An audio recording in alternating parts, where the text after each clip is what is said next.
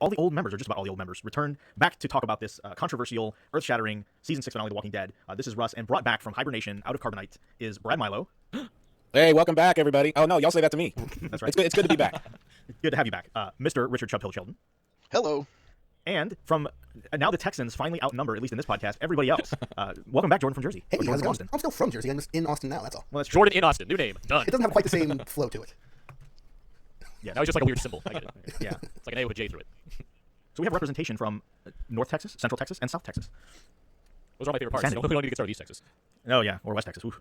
But yeah, if you haven't guessed by now, that's Mr. Aaron Newworth and Mr. Jim Dietz and Mr. Craig DeMonda. So it is a full house, 7 members of the cast. But we thought it'd be a good idea, and everybody was available, that we just pull everybody together and record and talk about the finale. There was obviously a lot to say. I don't think I've seen so much cursing on the internet in a long time, but it was a nice break from all the cursing that everybody's been doing about Batman vs. Superman. So it's good to see that the internet has something else that they can rally and curse against besides that. Yeah, You that's know, I expected Aaron to be the one to sneak in the BVS comment, not you, Russ. Well, it's just the internet has to have something to rail against, so it's just nice that there's been a little bit of a change. I'm not railing against BVS. I was mixed on it. It's more rich yelling against everyone else yelling against a BVS.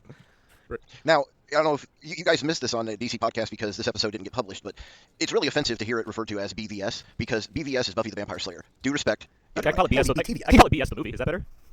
That's fine. BS the movie. Or BBS DOJ. Not Bizdodge? No, I don't like her. This is the last Or one the to say- BVS hyphen colon. This is the last I'll have to say about this on the show, at least for me, is I read something today that just made me, I read stuff on the internet all the time that makes me feel dumber for having read it.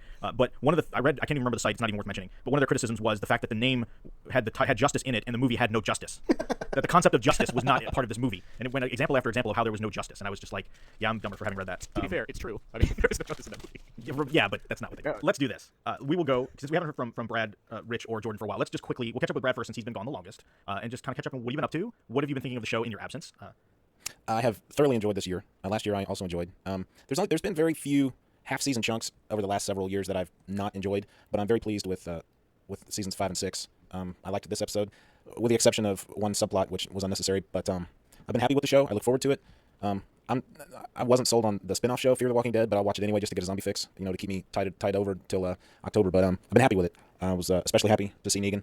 As far as what I've been doing the last, I guess it might have been 3 years since I was on the show regularly. I think I've been on once or twice at various times since then. But I've had some crazy work schedules. I had a job that I hated. I've now got a job that I love. It's more of a playtime than a job, so I wish everybody could have one of those types of jobs. It's wonderful. And so now I've kind of got a regular schedule, a semi-regular schedule, and I hope to get back to doing some more recording in various forms. And I'm just glad to be here today.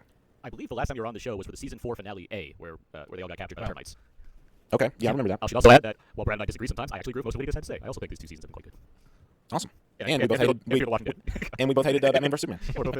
But I want to see more Brad on this podcast. That's what I want to see. Or here. Be careful what you ask for. I know, I'll regret it. You can never have enough Brad. Richard, what have you been doing lately? Well, lots of work. I moved to Michigan. I've been loving this season of Walking Dead. I feel that Gimple delivered on what he said about a season and a half ago about getting it more aligned with the comics. There's still enough originality in the show to where it's not mimicking the comic, so that's good. I really wanted to see Negan a little bit before the season finale, but I'm fine with when we saw him. I'm fine with Jeffrey Dean Morgan playing him, and I never thought that, when there was all the speculation of who could play him, and ended up, I think he was pretty perfect. Not crazy about the cliffhanger. I get it from producing a television show standpoint for general audiences. Let's give them the Locutus of Borg season 2 to 3 Next Generation thing, but this audience is also a large majority invested in the comic story, and we're not stupid. And I don't know if it's insulting like everybody's saying on the internet to us fans, but it was definitely cheapened for us because now. I don't know. We're just going to have I think you said it in your review, Aaron, about Who Shot Mr. Burns for over the summer. So, yeah. How about Jordan? What's Jordan have to say? Yeah, Jordan, what have you been up to? So I've been up to all kinds of things. I guess people probably know the basics of it, but I quit my job. I left New Jersey. I'm kind of rebooting my life, and I'm kind of in the middle of that at the moment. So this isn't really a return for me. Like, I will be back eventually, but this is not me back in force. This is just I happen to be available tonight. You're saying this podcast? Get a job, you hippie! This podcast is going to be a cliffhanger for Jordan's appearance on the Walking Dead TV podcast. But so I'm in Austin, Texas now. I just got a new job, or provisionally have a job. I have to pass some tests before I officially have it, that kind of thing. But it's a good job that I'm excited about, and all that kind of stuff. And Austin weather is great, and there's no snow, and that's all awesome. On the Walking Dead front, I've seen maybe 20 to 30 minutes of the second half of the season. I got to see the introduction of Jesus, who I thought was pretty awesome, just like the comics. I got to see the introduction of Gregory, who I thought was sufficiently slimy, just like the comics. And I got to see the last 90 seconds of last night's episode, which I realize I'm in the minority of, but granted, just that 90 seconds by itself, no context or anything, aside from what I know from the comics and generally about the show, I thought it was kind of awesome. So I get why people are upset to an extent. I don't get why people are as upset as they are. Really, my real question is, what has been happening on Fear the Walking Dead Flight 462? Oh, we'll get there. We'll get there. Oh, 462. Was that We'll close get a number? Oh, I yeah. was just guessing. Yeah, the whole segment, and Aaron and I, listen, we got it covered, all right? And it's also a cliffhanger of sorts, so we have to be ready for that now, all right? Well, Brace yourself. I guess I should say I specifically have not been listening to WDTV. I've been, saving episodes for later when I actually watch this half season. So any changes you guys have made, I have no idea about. It's all brand new to me. We all stay. Nothing changes, just the special Flight 462 segment. Aaron gets a big kick out of it, as well as many of our listeners do, so it's a welcome addition to the show. And I frankly, We got Jordan do a bunch of things. Is this new segment, is it a comedy bit? No, it's a completely serious take on the Flight 462 web series that's giving us 30 seconds of joy every week for weeks on end. Joy. See, it is a comedy bit. This is a comedy bit. We like to pat. Right. Like describing it takes longer than the actual. Four episodes worth of Flight 462 into one episode focused on 30 seconds of 462. Feel free to spoil me. Have the kid and the Asian lady consummated their love affair yet? Did they? we won't know until next week, Jordan. We won't know. I've not The fight watched has the not ended first yet. couple of segments of it because I was like, screw it, I'm just waiting until the end I of the believe season. someone So on I'm gonna watch the it. Facebook group, they posted AMC apparently like cobbled all of them. Cobbled all of them together. And so there's like Into a shoe? Into a shoe, yes. So now there's a 14-minute and change like episode that's all of those segments combined. So if you've been patiently waiting, That's what I've been there waiting you go. for. That is what I've been waiting for. Thanks. But hold on, it's not over yet. So it's like, did they say Well, the it is ending? Is over. that what's happening? Well, the ending is No. in the episode of Fear the Walking Dead. Yeah. Oh, it's actually in the episode. It's not in the called commercial. Fear Okay, I the got Flight you. 462 conclusion. Like that was the end of the thing. So this flight has concluded. Essentially, this is it. Okay. Please return your zombies to their full and upright position and prepare for landing. Robert Negro. Nigro. I never know what to call him. I like saying Robert Negro. Yeah. I'm sure he loves it too. One brother to another. Robert Negro. He posted the Fear the Walking Dead Flight 462 parts 1 through 16 up on the Facebook page. I must say, Robert. as I was watching that last night, I was like, if all of this is just so this dude walks outside and this plane takes a header right into the ground, Listen, I'm gonna I shoot called it. myself. We'll get there. I called it though. You guys said, Craig, you were wrong. Okay, right. All right. I won't say anything. Let's go move on from there. Oh, come on. Okay, that's it. I'm done. That was the same plane from Fear the Walking Dead season 1. Thank you. There was an Thank article you. thing put out about that it was connected and that was the plane. I've been saying that. I think we talked about it back then when I was still on and we were going through Fear the Walking Dead, that horrible first half of the season. I know, But I the know. great It was only second 6 half episodes. season. Well, great in comparison anyway. But Yeah. now we're going down the It boat. was the same plane. Now, I only saw, like I said, that last 90 seconds, but I know he was in it slightly longer than that in the finale. How did they minutes. handle the swearing issue? He didn't do it. Okay. He didn't. I mean, and that's, I think that's He said perfectly there were sensible. shitty and shit a couple times, and there was some And hell there was some damn PP and- pants prick. off, that's for sure. They didn't try to throw any like Abrahamisms into his mouth or anything. Well, Abraham's been working No. over what Well, I've I been for the understand. past few weeks, so we've gotten our fill of Abraham's by night just from Abraham. I bet you Abraham would be a big fan of Batman vs Superman, considering it had multiple mother boxes in it. Sure. Yeah. I guess it was with Nicotero or somebody they interviewed, and apparently for his speech they did it twice, once for the Blu-ray and once for that's what I AMC. heard. So apparently if you watch it on Blu-ray or probably like if they once they put it on Netflix, you'll get the full uncensored comic analog to the Why Negan don't you speech. put this up on YouTube like right away, like just that clip, like just, you can speech uncensored, like just do that. Well, they've. They did that with Rick in the train car, right? At the end of season Well, 4. Right. my question, actually, the question based on that, Right. I know they put it on the Blu-ray, but did they put it on the Netflix release? Because I've never watched it on Netflix. I don't know. Listeners, let us know. Netflix- No. No, I mean, Netflix plays couldn't do the regular theatrical. I would say Netflix plays the theatrical version of Blade Runner, so I don't really expect them to do any director's Well, cut but it all like depends on that. what the studio sends them. If the studio sends them a version, that's the version they play. Letterbox, widescreen, uncut, whatever. Craig, what do you think of the finale brief thoughts? I just want to echo everything that Jim said. I won't even repeat it. I think it really was a big gimmick and a big letdown. People that I speak to in my circle of friends that are very much into The Walking Dead, that really don't read the comic. Most of my friends are not into the comic. They're just really into the show. They just felt like, come on, they did this Glenn Dumpster thing, and now they're doing this. They're just playing the audience like a fiddle. I mean, who's not going to tune in and see the season 7 opener? I mean, even if they showed who got killed, people would still watch it. They really have to hook us like this and make us wait until October to figure this out. It was cheap, and they're trolling us again, and I don't like it too much. So good episode. Could have been pared down a bit. Didn't need to be an hour and a half. And I'll give my final Buster ratings. May I towards say the end. something? Are we good? No, Brad. May I say something? Please do. I'm a little disappointed that you guys are as upset about the cliffhanger as you are. First off, you shouldn't be surprised by it based on what the show has given us already. Yeah, and that's the thing is, I'm not pissed. I'm not upset. I'm just disappointed a little bit. I mean, because the thing is, it felt cheap. It was, like they said, a gimmick. It just, I mean, I get they want it being discussed over the next few months, but if you kill off a major character like the one that's killed off in the comic during this time, man, people are going to dwell on that all summer. There's going to be all kinds of discussion. Right. A lot of people are going to go back and get more Netflix views and things like that, which is more revenue for the show and stuff like that. I mean, it just didn't make sense to leave it like that. It would have been fine to, I would have much rather them have had us leading up to Negan and all we got was him walking out of the trailer door and the season ended. That would have been more preferable than to, basically, get us to the point and then stop. I mean, If I may offer, I mean, they're probably trying to set record ratings. I bet they're looking at it saying the season 7 opener is going to blow out the television rating system. That's probably what they're hoping for. And you know But it probably please fans will. along the way. Oh yeah, it has to now. if I may offer a rebuttal, and I'm not saying this is necessarily a good thing, but I think this is probably what they were trying to do, and at least in my mind, at least on the first half of it here, have accomplished. We'll see next season whether they pay it off. Doing it this way, in addition to it being kind of a cool way to end the scene, even if it was just next week that we got the answer instead of several months from now, this allows them in a way to have their cake and eat it too. Because if you have the scene like it is in the comics, where you see who gets killed, regardless of who they kill in the show, you have two major things going on at one time. It's, oh my gosh, Negan is terrifying and a force to be reckoned with, and oh my gosh, I can't believe they just killed whoever. Doing it this way, and again, I'm not saying it's necessarily a good thing, but I do think it's a legitimate thing, allows them to end the season with one major talking point, oh my gosh, Negan is terrifying, and next season premiere, they can have the completely other talking point of, oh my gosh, I can't believe they killed whoever. I agree 100% with you, Jordan. I went back recently and reread the comics. In fact, I've got the hardcover sitting next to me, open up to that scene. When we all first read that, we didn't have time to digest either or. We didn't have time to digest the death of the character because the story went on. We didn't have, at most, we had 1 month after that one issue was done. We didn't have time to digest the unbelievable evil that is Negan. But now we've got 6 months to digest this crazy person that we just saw. And I would bet you anything that we will see the last 2 or 3 minutes of this past episode at the beginning of next season. And we will see who he chooses, and we will see the blood and gore. It's all going to be there. But I at also- this 6 months I later, think anyone's concerned about not seeing that thing. Additionally, I remember when issue 100 of the comic came out, which was the counterpart to this episode. And granted, you always have the loud dissenters, and who knows whether that's a small or big percentage of the people who actually read the thing. But there was a lot of people who were like, "Oh my gosh, they killed X, I'm out." By separating this, you have them at least back to the season premiere, because depending on who it is, there's a number of characters. Whether it's the Daryl Dies We Riot people or big whoever fans. I just go with Daryl because that's the name of that's a common saying. Daryl's not even in the comic, but you don't have to worry about people going, "Oh, I'm done," and this being the season finale. I don't have to feel like there's any inclination to come back next week. You get to avoid that. I was going to say that as well, Jordan, but I'm glad you said it because you said it better than I did. I want to offer some brief thoughts before Russ has been waiting patiently for us to actually go into the actual episode, not just the last Oh, it's only been half an hour. Come on. I just want to say the cliffhanger.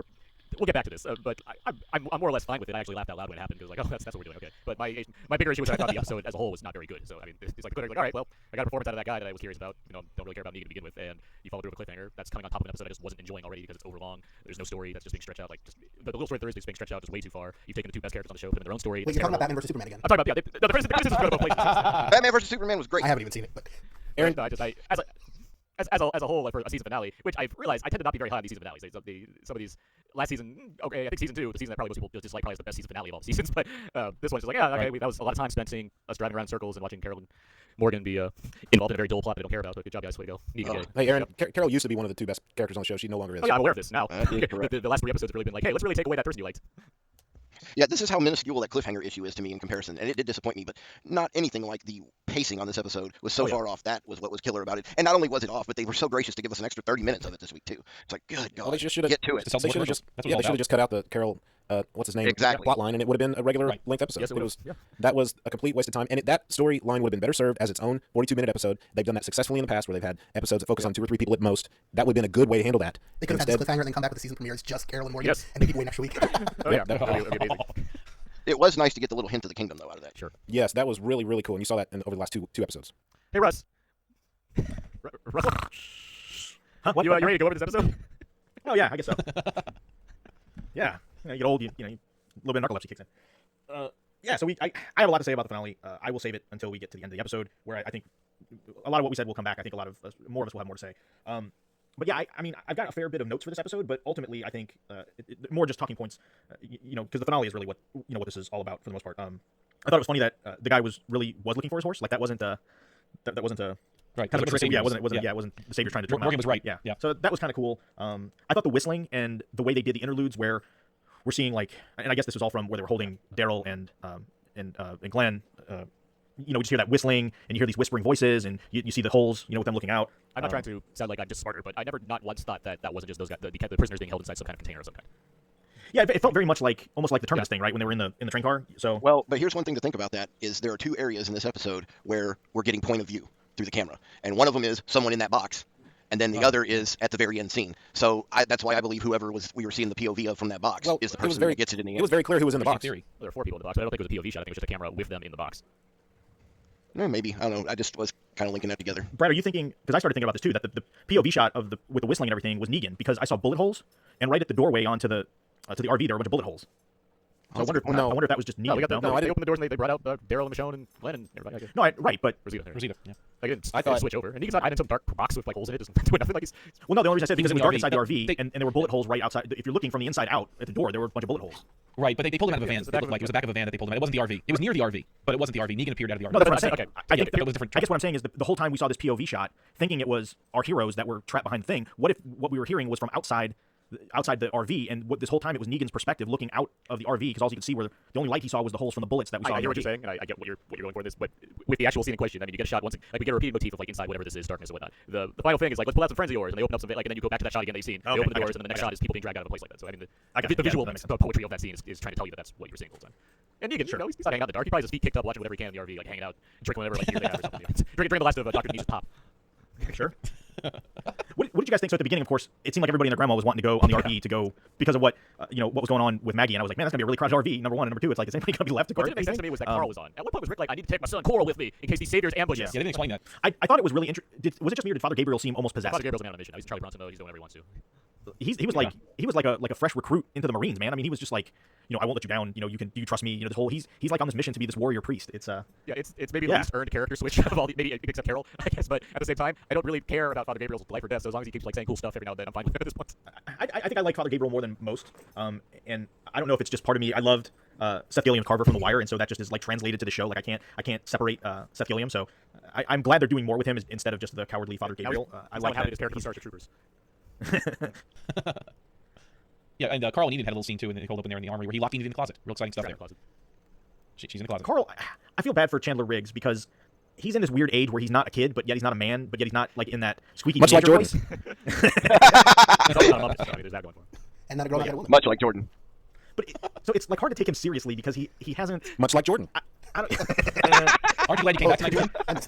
Well, what bothers me is that like everyone like has like advice on like what Rich should do next, and then Carl pipes up and is like, "We need to keep going now." And it's like, "Shut up, Carl! Like you don't know what you're doing. hold your gun. And you're lucky you're on this trip." God.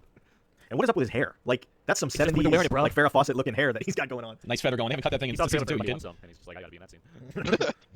I was still confused why I he like, was on the RV. I don't like. Does anyone have like a logic of like? Yeah. I'm glad Rick. I think I know Rick why. trusts him enough, but at the same time, it's like we're just trying to get Maggie in one place, and their savior's coming after you every single Because- episode. I think given where the episode ends, it was totally about building tension of maybe he's gonna kill Yeah, which is, Carl. that's not. Well, yeah, that's but not it was good. also because they had to have the famous Negan line of, tear out his eye and feed it to, and it was Sophia in the comic, but his father here. So it had to have Also, Carl there for was, that. there was 6 of the warriors out of the Alexandria camp, so I guess Carl was really like a backup warrior. I mean, he knows how to fight more than let's say a Tobin does. So Rick needed him But along as I just get a the backup logic gun, of I like suppose. in terms of like strength, like in terms of like I guess if you had playing cards and you looked at Carl's power meter, yes, it's probably higher than some of the others. But Yes. as far as Rick knows that there are people that are trying to kill them every single chance they get, would he actually bring the one person that he's always concerned about every single season of the show? I don't know about that. Well, Rick's a I little guess. overconfident right now, and maybe I that's guess. what's showing. That's it right there. At least for the first 10 or He was 15 distracted by minutes. the whole power bar routine from last week, so he's like, oh, I guess what Carl's on you? Too late now, I guess. The whole thing about everybody going on the RV or leaving to go find Carol, it started in the previous episode. It's just ridiculous Yeah. that everybody would leave and Rick wouldn't put his foot down. Yeah. I mean, and we all know the writers had to get everybody on the ground on their knees in front of Negan, and that's the only reason that this ridiculous exodus from Alexandria happened. Who's left? Gabriel and who's still at the camp? Spencer, You got Gabriel. Spencer, oh, great. Spencer for hire. He's never let us down. You got Tobin. You got some of the Alexandrians. Olivia watching the I'm pantry. sorry, I meant It's who's great. capable of fighting still left? That's what I meant to say. Who's capable of fighting still left Alexandria? Judith. No one. Judith. Yeah, Judith, the last kicker. Yeah, the answer's actually no one, I guess, right? Tara, maybe? Keith, when they come back from pregnancy? I mean, They're out. Yeah. I guess if Morgan comes back with or without Carol, but that's a serious unknown. I mean, from Rick's perspective, I mean, we obviously know the answer to that, but they had almost 1.5 times as many people to get down on the knees in front of Negan. I'm looking at the book right now. You've got Rick, you've got Carl, you've got Michonne, you've got Glenn and Maggie. How many is that? Is that 5? And you've got Keith and Sophia. Sophia. Okay, so there is more than I remembered in the story. There's yes, listeners, how by the way, many- Sophia is still alive in the comic books. yeah. yeah. How many people were on their knees on the TV show? About 9, I think. Well, you had to have Daryl. He had to be part of this tension. Who's the other one? Aaron. Aaron. 11, And- Abraham That and Eugene. was the other two. Yeah. You got the other. Yeah. You got the other trilogy. Yeah, You got the other 11, trilogy. Texas That's 3. right there. Yeah. And there was some blonde lady I didn't recognize off the top of my head with like short hair. It wasn't Andrea. that was Well, Maggie. that was Maggie, but she cut her hair. No, I saw Yeah, somebody okay. else in the clip that I didn't recognize. No, It was like a Now, Rosita, generic those are the only two. Alexandria or No, something? it's just Maggie. No, and Rosita, no, or- and no, Michelle, that was sorry, Maggie. Michelle. Okay. Maybe And Sasha, of course. Oh yeah. Sasha was there. That's true. Yeah, Sasha definitely doesn't have blonde hair. Or Eugene. Yeah, I mean, it's Rick, Daryl, Glenn, Maggie, Carl, Michonne, Abraham, Sasha, Rosita, Aaron. and Aaron. Aaron, These Eugene. are all my So there's favorites. 11. That's 11. Right. These are all my favorite members of the Mickey Mouse Club. It's the main cast minus Carol and I Morgan. mean, Yeah. the last couple of episodes, like I said, it was just ridiculous that everybody was leaving. But having read the comics, we know where it's going. So that, But that's not a way to justify it. Like it happened in this other No, medium, it's not. so it's like okay, we can just send people all no, the way. that's my point. Yeah. That's my point. They should have handled it better. And more, they should have done. I'm not a writer. I couldn't write my way out of a paper sack, so I'm not offering an alternative here. But I'm smart enough to know that was just silly, Oh yeah, of course. I mean, it's never. and it should have been done Having differently. a criticism. And if you're ever trapped in a paper sack, writing your way out of it is not effective technique. Just We have rotate. a sharp pen, maybe. Okay. But no, Brad. I mean, it's not. Yeah, I agree. And as as someone that's critiquing an episode of television, it's not a matter of you having an alternate way of describing what would happen instead. It's just you recognize that there's some kind of problem with the logic here. And I agree. I don't know how to write it differently in terms of I have the exact pieces of dialogue and story action that needs to take place. But at the same time, a couple lines of dialogue here to throw out why we're sending our best fighters into the fray. That would have been a lot, especially for a 90-minute episode that was meandering for a good portion of it. It's like come on, Even if it was something as mundane as Rick saying, I'm tired of arguing. Whatever, just yeah, go. just give them any kind of You thing to just let things happen the way they did. Well, They and I totally don't could have taken remember- that first group, too. Like, when they first came across those guys, I'm like, man, they could have got the jump on them. I guess the thinking was, if they fired back and hit the RV and damaged it, then they'd be But screwed. blood Or, logic, it's like if we're not shooting first, then we can't be the Yeah. blood flame. That's just. yeah. By the way, was it not obvious to everyone else that they were doing a Oh tracking yes, them? yeah. No, Rick's an idiot. sure, I mean, sure. I'm just like, why did they not figure? And I'm like, at some point they're going to block off both ends. And sure enough, I'm just like, how can Well, they they're not all- see Yeah, but what other choice Well, I did they think- have, Richard? I mean, they've got this. I think that's the thing. They Didn't have any other choice. Maggie. They had to get Maggie some the help. needs of the many outweigh the needs of the few They were or all the obvi- one? And Well, Mr. Spock was not on this bus ride. All I'm right, just so saying, Rick's at thing some was point, you got to cut your losses and go back. Is it worth losing 6 people? Sure, Or I mean, one? the- That would have been. the- That would have been a very boring The episode. thing is, they're all impressed that GTA 5 Trevor was there. It's like what? And they just didn't realize. We got to think, too, look at it from Rick's perspective. Every time they've come across these guys, Rick and Daryl's perspective, well, I guess Daryl wasn't there, but every time they've come across these guys, they've come out ahead. You know, they Oh yeah. I don't even look at it as inept. For me, I was kind of seeing it as I think some of the saviors have gotten complacent, right? They're dealing with like the hilltop. They're dealing with other people that have basically proven to be no threat, and so Those were the rookies. right, or it's just you just don't even think in those terms. It's like, well, we don't have to fortify things this way. We don't have to protect ourselves this way because everybody we come across as a joke. So now that they've had these few encounters where they've been thoroughly outmatched, now it's like, okay, no more playing around. We're going to do intel. We're going to find out where these guys are going. We're going to think ahead, and it's all hands on deck. I mean, they've killed probably 40 or 50 saviors at this point. So now it's like, okay, enough is enough. So that one, I feel bad that Daryl wasted an RPG shot on the lake. He could have taken out. Having one of those was pretty handy. The other, if there's a logic of they finally got their shit together, great for them. But it's not like Rick overpowering them haven't proven them to be completely inept. Like the group with Alicia Witt's group, they seem like a pretty capable group. It just Carol's one of these superhumans on their team. I mean, so it just outdid them. But I mean, the drop that her group had, they seemed like a skill set of saviors. Same with like the satellite group. Obviously, when they're sleeping, it's not really a fair match when Rick's going in and cutting people's throats while they're in bed at night. But I mean, they do have like a whole artillery full of guns and whatnot. They could have been prepared. I mean, we haven't seen them necessarily be. Their skill levels have just been wildly rangy, and it's gone from this place where like Dwight and like a bunch of his like random people can get the drop on some of the most powerful of the people on the show to and then still like lose and still lose that battle to like this very elaborate setup of like chaining up walkers in the way they did and moving giant logs into places. It just doesn't. I mean, there's amateur hour and there's like a significant change in what we've shown so far, and it does feel that way, which we've been talking about for the past few weeks. I mean, we knew this was going to happen. We knew there was going to be some other shooter drop because we know Negan was coming. We knew Negan was going to be. Do you think maybe this was all part of Negan's plan? Sorry, I don't know why I did that, but do you think, okay, let me back up. Do you think this was all part of Negan's plan? Okay, I'm going to send the numbnuts out there who I know are going to get killed. We're going to give these people a false sense of security, and then we're going to drop the hammer. No, because Negan's speech says how not cool it is that Rick killed so many of his people. Really not cool. He made sure to emphasize that. Negan has a thing for showmanship at the same time. He's also not a liar. Yeah. Here's the thing with the skills real quick. I mean, we didn't even really see their skills, the saviors that is, in this episode. I mean, you see a bunch of guys holding rifles, standing on trucks, blocking the road. I mean, we didn't see their hand-to-hand combat. We didn't see any of their quote-unquote ninja skills. All right, they set up some elaborate traps, but this is really all because Negan finally organized them and said, hey, look, we got this rogue group out there led by this guy named Rick. We need to corral them, get them literally to their knees. So I think that because they're organized now by the leader, we haven't seen them being really great warriors. They have an elaborate chain and shoot at all of their feet and not hit any single one of them. I mean, that takes some skill there. Yeah. I mean, that's not for nothing. I think too that I lost my train of thought. I was going to say something. I lost it. Never mind. Moving on. Jordan, are you completely lost right now? No, they set a trap. They haven't been as effective as they were way more effective in this episode than they had been in the past. Rich should have been smarter. Why was Carl there, etc. I'm following. I know what to say. Oh, and by the way, I double checked the clip. You're absolutely right. It was Maggie, just in the lighting with the haircut. I did not recognize her at all. And she was sick too, so her face looked really pale, and it didn't look like her. You're right. It was.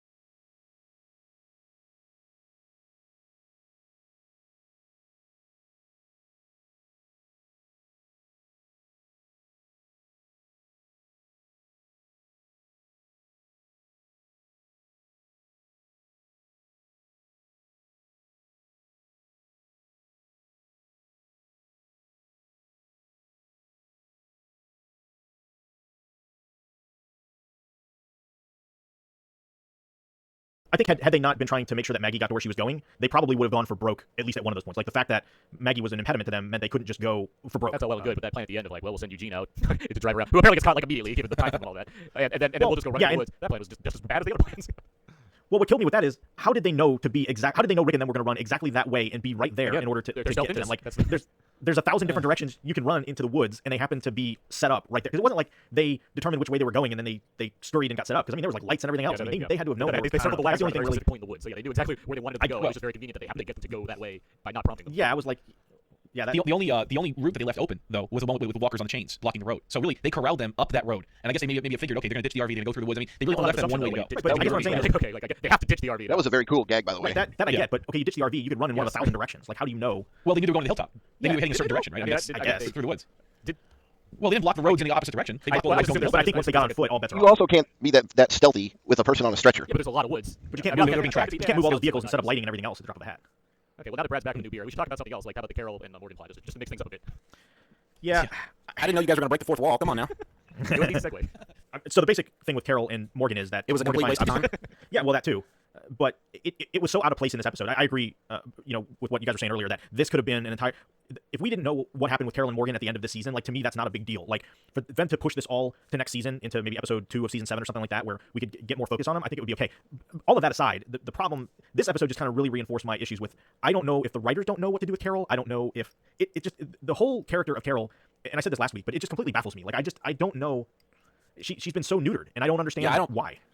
I don't buy Carol's change of heart for a second. I don't buy it for a second. I don't either, and I feel like there's this like thought that's like, well, people seem to be responding really well to what Carol and Morgan seem to have to offer the show, and clearly they have like this clashing sense of ideology. So why don't we try to make something that builds off of that? And they just did that in the most utterly disaster of a way possible to accomplish this thing. Where like I get it in terms of like we need to bring these two guys together because clearly they butt heads on certain things. It didn't really pay off in the first half of the season when they had a little slap fight, and it certainly hasn't paid off this time around when we get them back together, which I enjoyed the idea of that. But then seeing how it plays off, it's just like we really had to do a lot of things to kind of manufacture some kind of story between these two. And what even in doing that, we've made them both less interesting because Morgan's more interesting of Rick than he is of Carol, regardless of how opposed he is to what Carol stands for. And now we're taking Carol's stuff away. It's just really odd. It just feels like it seems like the idea was there and like the heart was in the right place, but whatever like they came up with just did not work. And as much as I want to enjoy Elizabeth Bride on the show, it's hard for me to say it just came out of nowhere. It comes out of nowhere, and I just don't think she's acting it very well, which is a shame to me. But I mean, I don't think she is, and I'm sorry, but like you're very good at other things, but this kind of like borderline, I don't know what it's not reflected well enough for her to overtake the writing. Lenny James, he's doing terrific. Like I don't fault the performance of what he's doing, but like just involved in this storyline, it's not working. Well, and I buy his transformation. Like we got that episode that clearly showed why it was important for him to be this, Zen master that he's become. And like you were saying, Aaron, I think if they would have kept Carol as the old Carol, the fact that those two could play off each other with separate ideologies, I think would be fascinating. Even more so than we've seen how different ideology between Rick and Morgan plays off so well. To me, if you could take Rick's point of view and amp it up by a factor of 10 and have that play against Morgan, I think that could be for some really interesting character interaction. And like Jim was saying, it's two of the most interesting characters on the show, and just totally put them on a plot line, not even just a situation, because it's beyond just this particular episode. They're putting these characters down a path where it's just like it would be like having some kind of a Dark Knight character versus a person that stands for truth, justice, and the American way, and taking away what that person stands for. So it makes no sense when they fight. I mean, it's almost it's something like that. No election talk, please, Aaron. It just seems like you have something that works and then you take it and you mess it up. How do you guys feel about the ease with which Morgan put 6 bullets into that one guy after all of this? All laugh is precious. With that, actually, I think and there's a reason for that. I think the fact that it's not just 1 shot but 6 shots, that's him having this kind of release where he really does not want to do this thing. This is against everything he stands for, and because he has to do it, he's just like, he's like screaming like, I have to unload this thing now because I just can't like keep. In this instance, because this person that I care about that is I've clashed with, but I have to deal with in some manner. There's no other possible solution. It's not a matter of just one precise, well-timed shot, because that would be more of that would be less of what Morgan stands for, because just one amazing bullet and 2 to the head. But like having this kind of inaccurate series of shots where he's just kind of blind firing at this person because it's the only way he can stop it. That to me makes a level of sense. Like, I get where that came from. You said this person that he cares about. Do you for a second believe he cares about Carol, or do you? All life is precious. Do you think it's well? There's a difference between all life being precious and caring about someone. Yes, I do think he cares about Carol. He did not care about the wolf, but all life is precious. Yes. It's so hard for me not to say it the way he says all life is precious. The thing for me that made it work is, so Morgan feels that all life is precious. So he feels like Carol's life is precious, and then the guy attacking Carol's life is precious. But at this moment in time, he can't have it. There's no outcome where both of them are going to live. Period. It's just not going to happen. So he had to choose which life was, I guess, more precious in that moment, and use that as a release. More precious, but just the only way to end a conflict, regardless of what that end means. It's just that's the only possible solution he sees in his eyes. Right, but I think also it kind of fits in a way. It still fits in with his mantra that he's preserving a life. He can't preserve 2 lives. If there was a way he could have gotten out of that situation with both of them living, he would have done it. But in that instance, there was no way humanly possible. It's like when Batman saved Gordon's child in the Dark Knight, a much superior version of Batman. He had to kill Harvey Dent in the process. I'm gonna mute you. At the same time, he saved. I'm gonna mute you. Jim's blood pressure is going up right now. You can hear it. No. That's the other. There's another kid. It's not James Gordon Jr.? No, it's another kid from. James Gordon Jr. is a serial killer. Yeah. So, Rich, what are your kind of thoughts on Carol? We haven't heard much from you on Carol. I'm along the same lines as Jim on. I just feel they neutered one of the badassest characters on the show. I mean, Carol, it was really difficult with her character at first, going beyond where she was in the comic. But then as they developed more and more, I mean, she became one of the best characters on the show. I mean, her faux, soccer mom routine and stuff when she first got to Alexandria and whatnot. I mean, it was really, really good. And then suddenly she realizes, I've reached 18 kills of humans, not walkers. Oh shit, I need to change my ways. I'm now going to be a sad, depressed sack. I don't get it. Or is this just her being in shock still from Major Dodd's death? I don't know. It doesn't make sense for her character to do that big of a flip-flop because, oh my god, I've killed 18 people. Yeah, we've said that. Yeah. Yeah, I kind of figured that out on my own, but thank you. The character, not the actor. The character. Not the kid, yeah. No, but Rich, we've said that. We've actually said that in the previous podcast. A lot of them, we don't understand this Carol transformation. I mean, they didn't insert a scene. They didn't give us anything that brought us along in a comfortable way. She really just had this change of heart, this change of philosophy. She's just kind of going down this weird path. We don't know if she's really hyperventilating or if that's an act. There's a lot of this information that's crucial to the series is if you watch like Talking Dead, which is not fair to the show. That should be able to explain why characters take certain actions. Yeah. Right. So to turn to a little bit on the lighter side, we all love Abraham and his Abrahamisms. I mean, Mother Dick was great, but Bitch nuts this week, I was love it? it. We got bitch nuts, and then when he's driving along, he's like, "What the bitch?" It was What's just like, I love, and it's funny because I watched the Talking Dead, and they had an interview with Yeah, that little package was great where they're talking about they had dice or something. it was Josh McDermott and Michael Cudlitz, and they're like, yeah, they pretty much just have dice that have a bunch of swear words on them, and we roll it, and whatever two come up, that's how we put them together. Which that's what always cracks me up about Abraham. Part of it is because I think for him to say what he really wants to say, they can't drop quite that language. But it's just the fact that he swears with two words that don't really go together. It's like a 4-year-old swearing, right? It's like they know that there's like this bad word and this other word that they could use, and they just kind of like throw it he's together. like a kid that discovered Reese's peanut butter and is like, well, chocolate and peanut butter go together. What else can I do? And he just keeps going for it. The difference between him and like a little kid doing it is he does it with the conviction and the right intonation. Oh, yes. It's always the lack of intonation that gets me with kids doing it. But anyway, I thought that was funny. So He had a little conversation with Sasha about porn and Bisquick. He didn't say it this week, but he was kind of leaning that way. He says, "Look, if we're gonna make some pancakes, would you make them with me?" And about having some kids, I guess. And that was an interesting little scene. He's really come a long way as a character with not a lot of screen time. Yeah, exactly. You know, Which I almost, because of all the driving in this episode, they had a couple shots like just behind Abraham. I'm like, he's gonna get shot right now in the face, isn't he? It didn't happen, but I just kept thinking every step of the way, Abraham, talk. I was waiting for an Right? arrow It to just come seems right like through his every like skull. time they're like, let's focus on Abraham and how happy he is right now. And they have these shots that just like I'm so like trained cinematically to think I expect something to happen when you frame a shot a certain way. Where I'm like, Abraham's gonna get killed like any second in this episode. Like, they're doing a lot of teasing, and I think it's very deliberate. I think it happens with a lot of the characters in this episode. I think there's a lot of times where you think someone might be eating it and it just doesn't come, and then ultimately doesn't come by the end of this episode. Yeah, this show teasing the fans. Come on, that's unheard of, Aaron. Come on. the next thing I have in my notes, you know what time it is? Oh, is it that time? It's Is it time for Aaron? the Walking Dead 462 podcast. Oh man. So guys, we waited not 15 weeks, but 15 30-second increments of Flight 462. It's not just been a rocky road. It's been a rocky sky as we've gotten our way. I wish I had some rocky You should have, road. because this was one sweet finale to Flight 462. Now last week, I believe we saw some pretty pivotal stuff as the plane was probably going to crash, right? This week, Yeah. we barely had to spend time on the plane, guys. We just got to see what's his name, Nickel Nick Manclose. yeah. Nickel Manclose. He just Nickel like, Manclose. wandered outside. He's like, man, like that's how it seemed. And he just like looked at the sky and he's like, what? There's a plane and it's moving really rocky. And then we get some shots inside the plane. I think like the old lady takes off her air mask for some reason. He's like, oh, I don't need air anymore. Like I don't know what's going on there. And then just everyone's just really tense and breathing into their like oxygen masks. And that's it. That's the end. The plane probably crashed. But Nick looks up and he sees the plane, does that little kind of weird turns, listing to the left a little bit, and that was the same plane that we saw. So I know, Rich, you're saying that was announced. I thought that was a big debate that we had where, no, it's not the same plane. There's plenty of planes out there. No, I I was saying all remember- along that that's the plane. But I mean, there was an article, and I thought we covered it back. I think we had the when debate it was before the article came We out. had the debate, right? Exactly. We never definitively knew it was the same plane. So now that's a big reveal of 15 weeks in that is the same plane that we saw the clip Was of it in Dick Fear the that saw the Walking plane Dead. when we saw it in season 1? Was it No, Madison? that's She was interesting. No, it was a little bit It was different. Madison. You're right. Necessarily You're the right. same plane. Well, it does that same little left bank. I mean, it really is. But Come on, but we're pushing it too far now. Podcast. We will nitpick the hell out of it. What I'm saying, because what Nick saw in this final episode of Flight 462 was a plane that was like really wobbly. It wasn't just like it might be off kilter. It was like wobbling all over the place. I don't recall it. But no, Madison saw the same thing. It really was. It was that same Braniff orange-looking plane. It was. Yeah. No, I rewatched that episode with that plane and to really like go into the colors of the plane or whatnot. It feels like it really stuck out as a plane that was definitely going to crash, as opposed to Madison sees a plane that like kind of seems like something. No, the plane Hey, she wait a saw second, went yeah. fully on its side, like 90 Fair degrees. enough. And this one kind of did that. It kind of went Yeah, left but on the left side and This, went if you remember, though, when we see it in the series, it's lower to the ground. It's barely above those hills. Where we see Nick with it, it's higher. So he's seeing it as before we see it in the Fear the Fair Walking Dead episode. I thought you guys told me this part of the show wasn't a bit. I said this was serious.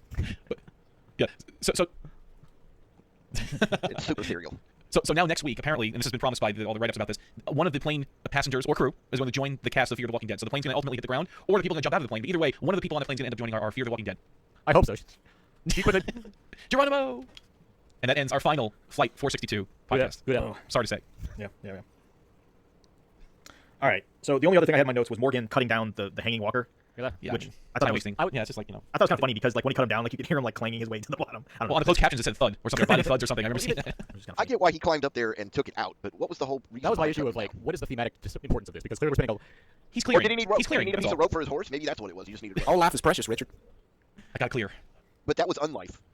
Hold on, because we get a lot of the stuff that's leading up to like there's a lot of driving in this episode. A lot of driving, and it's True, And, there and is. we have like the repeated thing of like Rick's like, we're not going to engage, we'll just keep finding new routes and everything. And we get to see like from like conceptually, this is kind of neat to me, where you get to see the saviors, they're building in numbers, they're showing more and more, I don't know, dexterity in the ways they can kind of block the path for Rick. And you even have what we mentioned, Trevor from GTA 5, but you have this kind of recurring voice, Stephen Ogg. who's making this kind of repeated mantra of it's like the last day on Earth for someone in Rick's RV. Like he's making a point that we are done with this, we need this to stop, and you're going to have to suffer for this. The time for negotiation is over. And they even have like this like some guy who they kill eventually by hanging him, like they drag out this guy. That's the library That's the library guy. The And library- yeah, it's, that's the- you know, right. it's ideally that works where you kind of see Rick, like you would see Rick losing his kind of the semblance of calm that he has, the kind of the overcompensation that you pointed out earlier, of, how just up he is on like being able to outmatch the saviors. Like you're seeing him lose this, and it just dragged. Like it didn't feel like I was being like lured into some kind of trap that I would really appreciate from like how this episode set it up. It just felt like this was a lot of stalling for me to get to the most significant portion of this episode. If you did it a couple I times, agree. sure, that's fine. But because it dragged that out along with distracting us with the Carol Morgan stuff that we don't care about, along with all the commercials. Obviously, we can't get around commercials, but there were commercials and I'm watching live, so whatever. It just made the episode dragged out. And I talked about this the past couple weeks. It feels like the past few weeks the pacing's just been off for this latter half of the season, which is not great. Like that's not a good thing. If I'm bored by episodes of a show involving the zombie apocalypse, people with machine guns shooting at each other, I feel like I should be a little more engaged instead of dreading the moments of like, oh, we're back on the road through the woods again. Geez, when are we gonna get off the road so we can meet this Negan character? Let's get there already. And it just Well, and what's odd, this was Yeah. a Nicotero directed episode, which we typically are extremely high on overall. He didn't have much to work with, though. I mean, what is there in the script to work with? Some burning logs and groups of guys on top of pickup trucks. I mean, come on. You don't have much to work with there. The water chain thing, that's a cool idea. They look cool. Like, good on them. They look pretty deadly for Alright. showing, like, That was a like great clothes gag. on the I like waters of that. people they captured. And one of them shows, like, her braids, her dreads on the water. Like, that was some, that's evocative. It's very creepy. It's like, oh, I wasn't expecting all of them to be dead or anything, but at the same time, like, oh, that doesn't look good for that crew that got captured last week. But, Yeah, I mean, it was a cool. I mean, obviously meant to send a message, and it worked. Okay, let me ask you guys, what was the point of spray? But I think they could have done that in like one other, and they would have been good. Like maybe that and the burning log thing, and it would have been like, okay, these so guys it's need that build business. up, and along with, again, the Carol Morgan stuff, I wasn't enjoying this episode. So it's like, I was very aware that, okay, I guess I thought Negan was going to come out in the cold open, honestly, when they had that big wide shot of them standing there. I was like, because they seemed like they were looking at something, but then just Yeah. they're looking at the Yeah. episode. It was like, is Negan just standing there? Like, is that what we're going to see him? And that didn't happen. So then I'm like, all right, so I guess it's going to be the end of the episode. It's not going to be like the middle. Let me ask you this, Aaron. You mentioned him earlier. You mentioned earlier this man. What was the significance of spray painting the X on that one guy? Is it simply so we would know, oh, that's the same guy from the previous time we saw him? Yeah. I think so, because I was wondering myself. I'm like, what was that? I was like trying to figure out, did he paint some cool symbol or something on him? It was just an an audience accident. reminder, basically. I expected after wasn't that the first time they encountered the Saviors? Is when okay. Yeah. So what I expected was they painted an X on this guy, and they were talking about how it was going to be somebody's last day on Earth, and I expected that Saviors possibly to have a sniper like off camera hiding, and somebody would shoot the X on the guy just to prove to Rick and company that Yeah. they're being watched and That's what I thought followed. It seemed like a wasted opportunity. That would have made much more sense. Yeah, it seemed. Well, I think having him show up again was not only that they're 2 steps ahead, Watching but they're them, literally yeah. following them, and they're not just 2 steps ahead, meaning they've thought of all the routes. They're actually traveling ahead of them on these No, routes. I get that, but the whole thing with spray painting the X seemed a little silly. I mean, he could have been wearing a recognizable shirt or a jacket or something. Maybe he's wearing a red and white striped Where's Waldo shirt or something, and you're gonna notice, oh, that's the guy from earlier. But everybody's clothes are so drab now that they had to spray paint an X Which on the is- guy just so the viewers Like, would know. Maybe it's a ritual that the Saviors engage in that we'll see later on, and they paint an X on somebody or mark for Well, death. I mean, Brad, you mentioned what you mentioned about like a sniper shooting. I'm like, even then, like I said, like spray painting him, if he just like walked in, like shot him in the leg, like that sends a pretty good message right there as well. Like, and you probably recognize that guy later on if you see some guy just suddenly hanging with a hole in his leg. Like, Yeah, but if you spray paint an X on a guy and the sniper hits it dead center and they show that, I mean, that's gonna. well, send the a message. intention wasn't to kill him until later. I mean, that would be I suppose spray painting him and then shooting him dead center mass. Who was this guy again? You guys said some librarian guy. Who was this guy? Well, he mentioned in the cold open that he goes, we got you from the library, and I'm the last one left in the library. And that's the library that Carol ultimately took shelter in with Morgan, and where the guy was hanging. So he was part of the crew that was apparently camped out in the library that the Saviors were extorting for whatever. I don't know what the library was generating, but I was like, is this some Alexandrian library? Knowledge. Libraries generate knowledge. Knowledge is power. Knowledge is precious. Yeah. We got that going for us. But I guess we're trying to demonstrate. I mean, the Saviors' credo, or their methodology, their MO, as far as we encounter these groups, no matter where they are, we don't kill all of them. We may kill one or two, but we take their stuff, and we come back and take more of their stuff. And they're trying to reinforce that with this library thing. But obviously, it was kind of subtle. All right, pee pants time. I'm good. I like the build-up. I like the build-up. Yeah, I need more So scenes. I like the build-up of like aside from how stupid it is, they're playing like let's run and we'll make it that way. Haha. Like the whistling and the audio design and the kind of Rick's. As much as I don't prefer Crazy Rick, I do like Rick freaking out because he has no options left to him. Seeing that look on Andrew Lincoln's face, like I don't know what I can do as long as I protect Carl though. Like that, I like that look. That's something I've never been able to buy. When Rick gets that deer in the headlights look on his face, I don't buy that for a second. So I'm always assuming that he's putting a show on because I don't believe Rick is going to snap that easily. I don't know. I mean, Michonne's there, and Carl. I mean, those are the really two people he loves in this world. And Well, and he was broken down threatened.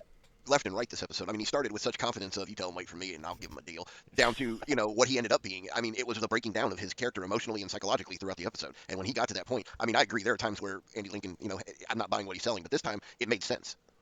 I'm more in Brad's camp. I think it happened too quick. I think he would still been nervous, but I think not enough time had passed for him to go as confident as he was, to have victory after victory after victory, and then to get in a jam over a period of a few hours, and for him to just, because it wasn't like he was just like nervous, like he was Yeah, he was distraught, completely useless at completely that distraught. But what are the other options for him? I just to still be confident. I mean, every single person that he trusts is out there with him, sitting on their knees with a man threatening them with a baseball bat, and everyone's. I'm looking. But contrast it with Abraham, I'm looking at the right? comic right now in this scene, and Rick's got a look on his face like I will kill you the first chance I get. He's not a basket case like he was on the TV show. I mean, I just those don't two buy that for a characters second. have been different for a while as far as comic Rick and show Rick goes. Abraham's not a guy that gives in. That's not, I know Abraham's not that guy. I don't disbelieve Abraham for a second. Rick, I've seen him be a shambling mess before. Do I always believe it? Not necessarily, but it's not outside of his character to be a guy that's just lost it completely, especially when his son is involved, let alone every single person that's next to him. Yeah, Disarmed, threatened, I don't know, guns, big towering guy threatening them. I mean, he thinks his son is going to die. Like that's a thing that's on his mind. Right. yeah, but look at Terminus, right? I was just thinking that. Right. His the slaughter response was they don't know table, who they're messing with, and things were pretty dire The at that position point. they were in was a little different. Terminus, where they were forging weapons. They were together to a point. They weren't disarmed. I guess mentally. We're here. There's no option for Rick. Like there's no one gonna come out of the woods right now and save them. Like that's not. Yeah, but that's not at all a he's not possibility. going to lose it. He's not going to lose it completely like Yeah, he did. I mean, he turned into a friggin' He basket did case. lose completely. He'd be like, you can still stop this until Negan like stopped him. Like he'd try to shout that line. He I handled guess it more the way look. better than I would have. I'll tell you that right now. Regardless, let's explain the term of P-pants.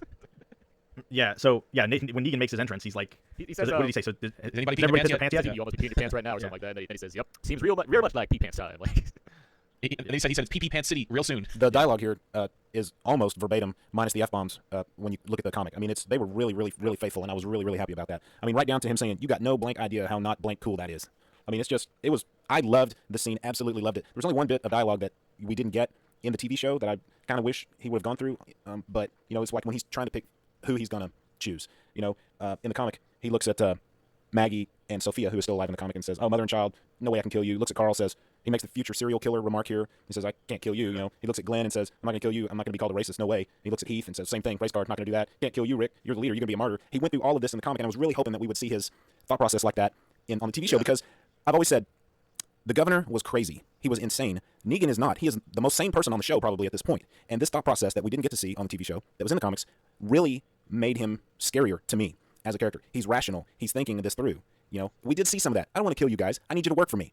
You know, we saw some of that. But I think this dialogue that they left out of the TV show would have even made that, would have driven that point home a little more. You know, I read a review about somebody thinking that Negan was a ridiculous character. He wasn't scary at all. I was laughing. He was making me laugh. He was funny. Well, they don't know where the story's going, and because they haven't read the book, and we all do, obviously. But I think this dialogue that we got in the comic that we didn't get in the show really would have cemented the fact that he's completely sane, and that's why he's so scary. There's a couple bits of dialogue that I did appreciate quite a bit as far as being entertaining from Negan, who I do find to be threatening just because it's hard not to be when you're carrying a bat like that and you have your heroes on their knees. But him saying what he has this line, and that's right out of the comic too. And I do not appreciate you killing my men. Also, when I sent my people to kill your people for killing my people, you killed more of my people. It's that kind of double talk that excites me to a point because I know where this. Having read the comics, I know where this character's going. But seeing a show realize this version of the character, I look forward to that because honestly, Negan irritates me more than entertains me in the comic books. So I want to see if the show can separate that from me, as opposed to doing the exact opposite with the governor, where I just hated everything the show did with the governor. And even when he looks at like Abraham and he looks at his beard and he says, "I gotta shave this shit," like that killed me. That was maybe my favorite line, where he realizes, wow, beards do not look cool right now. I'm gonna shave mine off. Like that. This a lot of things, like what you're saying, Brad. He's a person that thinks. He may do it in a way that makes him entertaining and I guess apparently ridiculous to some people. But there is a quiet menace that goes with a person that is completely sane and understanding of the situation he is in and tells it very straight. Which is why I said earlier, he does not lie. Like he's a great showman, but he's not a person that was facetious in how he says things. He says things for a purpose and for a reason, and because they're probably gonna happen the way they happen. I think what makes him stand out is he's rational, quote unquote rational. I get exactly what you're saying. I don't disagree, but I'm just qualifying here. And calm. He's rational and calm in situations that do not call for it, and in situations where he is about to enact heinous acts of one type or another. And it's that calmness in the face of I'm calm and you're terrified, and I'm totally cool with that. I'm gonna act like this is the most normal. Like I'm just going for coffee. Like that's how he delivers these lines. At least in my head in the comic and in the few seconds I saw on the show. It's that calmness in the face of the storm that is behind him and everyone else can see. That is the most terrifying. Because he's not a psychopath. He's a sociopath. Like he can be completely fine doing the things he does. It's just they're horrible things. By saying he's sane to a degree, I mean that doesn't mean that he's right in what he's doing. It just means he has this level of like understanding of the things he's doing, and he does them anyway. Right. Well, and he's desensitized himself to it. I mean, he's pretty much, it's just a process. It's a work process for him. He has to, when he encounters a new group, teach them a lesson. He's going to have to beat one of them to death with Lucille. It's not, something he necessarily looks forward to. He doesn't probably want to do it, but he doesn't have an emotion about it one way or another because it's a piece of work that he just does in his role. And that's the way he sees it. And I mean, it's just very, very, cold and calculated. And it just goes to show that the character does have a level of intelligence to him. And that's what's the most scariest is the fact that somebody could be intelligent and yet be that psychotic and insane at the same time. I look forward to what the reaction is from audiences next season when we see more of what he does, because there are lines that he does draw, which are things I actually do appreciate about the character. We can get more specific when things come out, but it's not as if he does everything that's wrong for the sake of doing it because it's wrong. There are degrees as to why he's doing things, and if you want to, play Negan's advocate, there is an understanding of why he is enacting what he's doing in this episode. And if you want to look at it from a certain side, Rick and his people have been somewhat of the antagonists in this scenario. They might be they might be antagonizing horrible people, but they are the ones that went after the saviors first. It's not as if, yes, there's that kind of Daryl encounter with the saviors, which seems more or less like bad things just happened in that day. But as far as we need to go out and kill saviors, that was a thing that Rick enacted, as opposed to saviors came and did horrible things to us, so we need to get revenge. It was more of a Rick needs to make a deal with Hilltop, so in order to make that work, we're gonna have to kill these people. As a result, saviors don't like getting killed, so now here we are. And their numbers are a lot greater than Rick's group. I mean, as we see in this episode especially. I mean, we thought they had a lot of people, but they really have a lot of people compared to Alexandria. That was Rick at this point. I just say, screw it, guys, let's go. Like, why are we in Alexandria? Let's get great, we have a town, whatever. There's crazy people here. Let's drive somewhere else. Let's go to the Appalachians. It's probably not as much walkers up there. Where was And what is it with the RV? Every time I go to RV, it's a problem. Every single time. You see how slow it was? All right, let's back away from this. I mean, it needs to be a little bit more gas. Anything's a problem for it. Come on. It's always breaking down. And what I don't get, and I mean, I even didn't get this in the comics, why they stayed in Alexandria, because they're not far from D.C. And I mean, think of all the security, secure facilities, all the stuff like that that's in Washington, D.C. Yeah, have you ever had to try to park in Washington, D.C.? It's terrible. Well, yeah, I mean... Or park RV? Yeah, right. Oh, yeah. You get that thing on DuPont Circle, you're screwed. But still, I'm just saying is, Alexandria is great for a stopover for a while, but first sign of trouble, let's move on to what may be a much better situation. You thought a prison was nice. Well, what about, the panic room at the bottom? If there's a militia that's guarding over a series of cities, I don't need to be a part of that city. I'm going to move on. Yeah. Well, I mean, you also don't want to head towards what was previously an extremely highly populated area as well, because chances are, if 90% of those, DC has 1 million or 2 million people, and 90% of them are zombies, that's not a good ratio. That's true. But they Pied Pipered a couple thousand of them into the middle of a ravine and set them on fire. If Daryl had an RPG left, he could shoot one at the Washington Monument, corral them all around that, but no, we don't get any of that. No RPG left. I was thinking there when they got to the last time they were blockaded, it's like, where's Daryl's RPG now? So, I think Jeffrey D. Morgan was a perfect choice. I think the costuming and everything was great. I mean, even down to the ascot thing that he has and the leather jacket. And I think Lucille was was perfect. I mean, that tightly wound barbed wire on the bat like that was. I kind of wish was there was awesome. nice play at this point. Honestly, I'm just looking at this character. It's like in the comics, you can draw a sense of scale, but I didn't see the scale with Jeffrey Dean Morgan versus the other characters. I know what Jeffrey Dean Morgan looks like. Yeah. He could be an imposing figure. I've seen him be imposing in other movies. But like watching him here with his leather jacket and his red ascot thing, it's like the Dice Man could be pulling off his look just the same, and I have the same reaction to him. He's fine. I look forward to seeing more of Jeffrey Dean Morgan in this role. But for me, it wasn't the kind of be all end all of man. Negan's here. Can't wait for more Negan. It was more like, all right, there's an actor I know to be competent in things. I look forward to seeing what else he does with it. I'm much happier with his portrayal as Negan than I am. Well, than that's I what he was looks like with the the Negan. governor. I mean, that helps right there. yes. Yeah, I expect there not to be any bearded flashbacks or whatever with Negan either. So that's a plus right there too. Don't hold your Yeah. breath, Aaron. You never He's know. already got a beard You in the never present. know. He's gonna shave that shit. So Exactly. All right. So does anybody? I mean, do we need anybody else have anything to say as far as Jeffrey Morgan, Negan, the speech, the whole 9 yards, or do we get to the nut cutting? Well, are we going to discuss who we think it is? Well, I think yeah. I mean, I think Well, we might know as who it's not, right? Well, I have a couple theories. One, we got a first person perspective. Whoever it was didn't have any face in their hair or in their eyes, so or any hair in their eyes.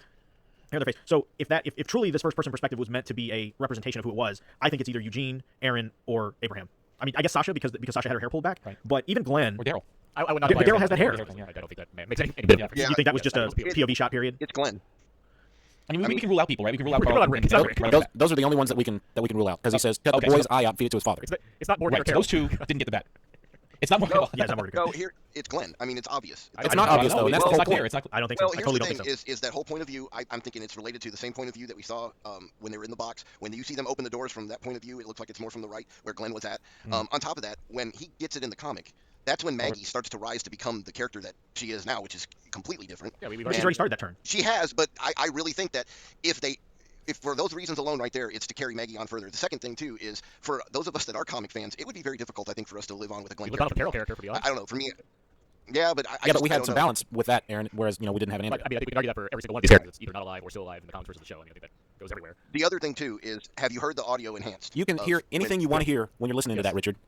Well, but here's the other thing: is I saw several people who are deaf posting about the closed captioning during that scene, where they actually say Glenn with an exclamation point, and it's right when you hear that female scream, which is obviously Maggie, and it Maggie, says on the right. closed captioning in italics Maggie, which means here's- that was her here's saying the- that. here's the- You also right before that hear Mag, which is exactly what Glenn Here's the says. thing. in the comic. You don't hear that. Well, I comic agree now, with Chuck okay. that I think it's probably Glenn. I have other thoughts of who it could be also, but Glenn is like my number one on this. But I disagree with every reason why it could be what you're saying here. It's not a conspiracy theory. If they wanted us to know it was Glenn, they let us know it was Glenn. They're not planting in little like audio clues and subtitles to reveal this thing. Kirkman said in Talking Dead that if you pay attention, there's That's But the not- clues, He did say the that. clues that he's Yeah. talking about is the fact that it's not Rick and it's not Carl. Those are the only clues. Not to mention they've been foreshadowing this all the way since back in Terminus when they had the bat and they were almost going to hit him. Then later when you see Glenn with the bat, there's so many points Again, on I'm not since Gimple disagreeing. took over that you see a bat and I'm not Glenn in the disagreeing same with scene. They did that for I mean, us. it's obvious. They did that for you specifically, Richard, because you expect Glenn to die because that's who Negan killed in the comics. It was just 2 weeks ago that Dr. These guys said And- somebody else that would have died at that time in the comics. Right, exactly. See, I think it could be Eugene. To be honest with you, I think they did some weird little goodbye to I him think it's a red in this herring. episode. You know, honestly. I think it's with the music. Well, I think it still could be. You think that but was? at the same time, I think it was a red herring to make you think it's possible. Where I think they gave the instructions Okay, to all right. bullets and everyone gave a tearful goodbye to him. It's like, all right, like I get it. You're like foreshadowing. It's a maybe. Good job. And so, well, here's I the don't think the way that the I show don't is think they going. know. Okay, the thing is, the way the show is going, it's like they're gonna kill somebody. Obviously, someone's dead, right? And we're gonna see who it is in the first episode. The whole world is expecting it to be now that we've basically announced it right here on the show, Glenn. But this show's been playing tricks with us ever since the dumpster. We're going to see who So dies this episode. exactly. So let's say my theory is this quickly: is that yes, the main character is gone, but it will not be Glenn. But Glenn may still get the bat maybe in episode 3 or 4 of season 7, and that'll be even more shocking. You know what happens then? That's what I think is gonna happen. I mean, I think Glenn is a possibility. I think Daryl's a big possibility, and there's reasons why for both of these characters. Neither of them serve a purpose on the show anymore. They don't. I mean, Daryl. We talked about this before. When you took Beth away, that's really all he has. Daryl's doing her own thing at this point. Like he doesn't have much of a connection to her besides saying hi, Pookie, every once in a while. And the same thing with Glenn. Without Maggie, there's no character there. There's nothing to go with him. And since Maggie has escalated in terms of what she's involved with between negotiating the hilltop and being pregnant, she serves a bigger purpose on the show than the person that she's in love with. There's no reason for these people to be here unless the writers have some great plots brewing for these characters. I don't know what it is that would say, hey, we definitely need to keep these guys around. We all have different thoughts. I guess that's the whole idea, right? Everyone's gonna I'd be be talking about this disappointed. whole. I'd be subject. let's, disappointed if, like yeah, Rosita or Aaron or what's his not Eugene Abraham. Maybe Abraham. Abraham. I mean, these just Abraham? seem more Yeah. tertiary in form. I mean, they're not really significant people. So you think somebody has to go big time? Like one of the main core group has to Let's go. play a game, okay? Let's play a game. I'm gonna go through everybody, and I want you to tell me who you want it to be, and then I want you to tell me who you think it's gonna be. Aaron, you're first. Who do you want it to be? Daryl. Okay, who do you think it's gonna be? Daryl and Glenn. You gotta pick one. That's the one I picked. It's one of those two. That's who I think it's going to be. One of those two. Okay, Richard, who do you want it to be? I wanted to be Father Gabriel, but that's not enough. I kind of want it to be Abraham. Okay, who do you think it's gonna be? You think it's It's Glenn. Russell, who do you want it to be? Ooh, man, I kind of want it to be Glenn just for the impact, right? I mean, I think honestly, I think of anybody, even honestly more than Rick, even more than Carl. I think Glenn getting it would have the most impact, at least right now, just because of Maggie being pregnant and just kind of the heart that he's given to that team for so long. I think if you want to add drama to the show, I think that would make for a good Who do situation. you think it's gonna be? I think it's going to be Abraham. And the reason I say that is just because he's had too many moments of clarity lately and had these long speeches and reconciliations and talking about the future and stuff like that. And we've seen on the show time and time again, whenever somebody has something like that, they're done. Like, they're a goner. So that's kind of why I think. I'm going to go ahead and give you mine because I'm with you. I want it to be Glenn. Not because I dislike the character, but because of every reason that you said. But unfortunately, I think it's going to be someone of less consequence, either Rosita or Eugene. I don't think they've got the balls to kill Glenn. And they certainly are not going to kill Daryl. Jordan, how about you? Who do you want it to be? Well, I mean, I don't think I have the context to really say who I want it to be at this point. A lot can happen in half a season with character plots and all that. I will give you who I think it will be, though, because I No, think you're going to give me who you want it to be based on what you've seen. Based on what you've seen. Based on up to the end of the last half season, Sure. of the people who's there, I'm going to go. I honestly don't even know based on the last half season who I would want it to be of any of them. I guess Rosita, like, she's got some funny lines from time to time, but that's about it. But that's just what I can remember from half season ago. Who I think it will be, though, and this is based on comics, but also the show up to this point and stuff I know that has happened with this character in the time that I haven't seen. I think the dark horse here is Maggie. I think you kill off Maggie because you built her up to be this political figure who is going to be very important. And by killing her, it's super shocking because you killed a pregnant woman and people like Maggie. But also, it completely cuts the legs out from those political relationships and it's going to force someone else to pick that up. And I think everyone's so focused on Glenn and other characters, everyone kind of overlooks her. And I think from a narrative point of view, and granted, again, this is all without context, but from a narrative point of view and knowing where the story might go based on the comics, but also where they've been setting it up to go, killing her would be the most interesting thing to do. Whether they do that or not, I don't know, but that's my vote. I think I actually may agree with you a little bit on that. I wouldn't. We do hear her scream, though. Well, yeah, but if you hear her scream, it could be because there's a bat coming for her head. But or that just hit her head. But also, this is from a more practical point of view. They already have to deal with one infant character on the show and have reasons for that character to not be on screen or be only on screen for a limited amount of time. Do they really want to have to do that with two infant characters? It doesn't seem like they struggle very much with Judith. Well, but they all, especially when the crew was on the road. It's less when they're in Alexander. When the crew was on the road, they constantly had to deal with stuff. Constantly. She's barely made a peep. She's been the most non-annoying baby character I've ever seen in a television show or movie. But that's also noteworthy in and of itself, and that's really weird. Fair enough, but it's not as if the show has to suddenly make drastic changes to deal with two children, as if one children's been horrible for them. No, but even just from the point of view of working on a television show, when you have to work with children or animals, as the old adage goes, it just adds so much more work. When I see those behind-the-scenes sequences focusing on Judith, I'll be surprised, but I've heard nothing about her. That's why you get a baby Leash wrangler. around it. Who's another person you have to pay. I'm going from a practical consideration here on that particular point. Hey, That's where you cut the line for the No budget right babysitters? there. No babysitters. hey, Jordan, Full House, am I right? I've seen it. I haven't seen Fuller House yet. If there's a joke based on that. Fuller House. Okay. Craig, who do you want it to be? I want it to be Glenn, just to give closure to this whole issue. But I think it's going to be, at least if we're talking about in episode 1 of season 7, either, well, Eugene/Abraham. I mean, I guess I can pick one if you really want me to, but it's one of those that went. And I think, but like I said before, I'll put my asterisk on it. Glenn does not make it through the half of the season of season 7. He does have a date with Lucille, but I don't think that date has occurred yet. I don't think they go to that well twice.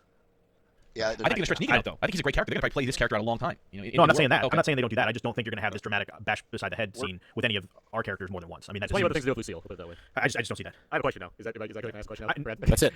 Did anybody feel Yes. that this was an emotionally heavy episode as much as the cast members decided to describe it, just like they do every single season where they talk things up in the finale?